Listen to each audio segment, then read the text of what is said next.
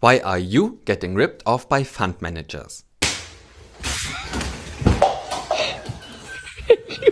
In the short before, we talked about the fact that in the long term, nearly 100% of actively managed funds underperform their benchmark. In response, you might say, of course, from all the available actively managed funds, the bad performing fund managers will track down the average. But that is no concern for you. You've done your research. The manager you selected knows what he's doing and will surely do much better than average. If we assume that there are good and bad performing managers, we could expect to see the same managers in the top 25% over and over again. Consider this analogy to football leagues and World Cups. We cannot expect the same team to place first every year, not even the best of the best. And there will be some variation to the results and some weird years in between where placement is way different than expected. But in general, while Bayern might not win the Bundesliga every year, they consistently place high on the list.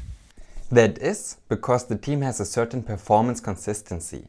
The established players, managers, training culture, financing give them a clear advantage to place better than the teams at the bottom. Large part of their performance can be attributed to what they bring to the table, not sheer luck. Of course, if they win the championship this or next year, can depend on lucky goals or penalties. But that's why we are flexible with the benchmark and only set it to 25%. While I chose the example with Bayern Munich just for fun, it actually holds true. For the last 20 years, they have not performed worse than the first place in the first Bundesliga out of 18 teams. Thomas Müller taken down beautifully! But which horrors await us when we look at the statistics for active fund managers? Gerd Kommer looked at the percentage of fund managers that stay in the upper 25% after only 5 years and finds 0% for developing countries and a mere 0.4% for developed countries, with a clear downtrend in the percentages. One would assume that the percentage for developed countries would also drop to 0% if only the chosen time frame was a little longer.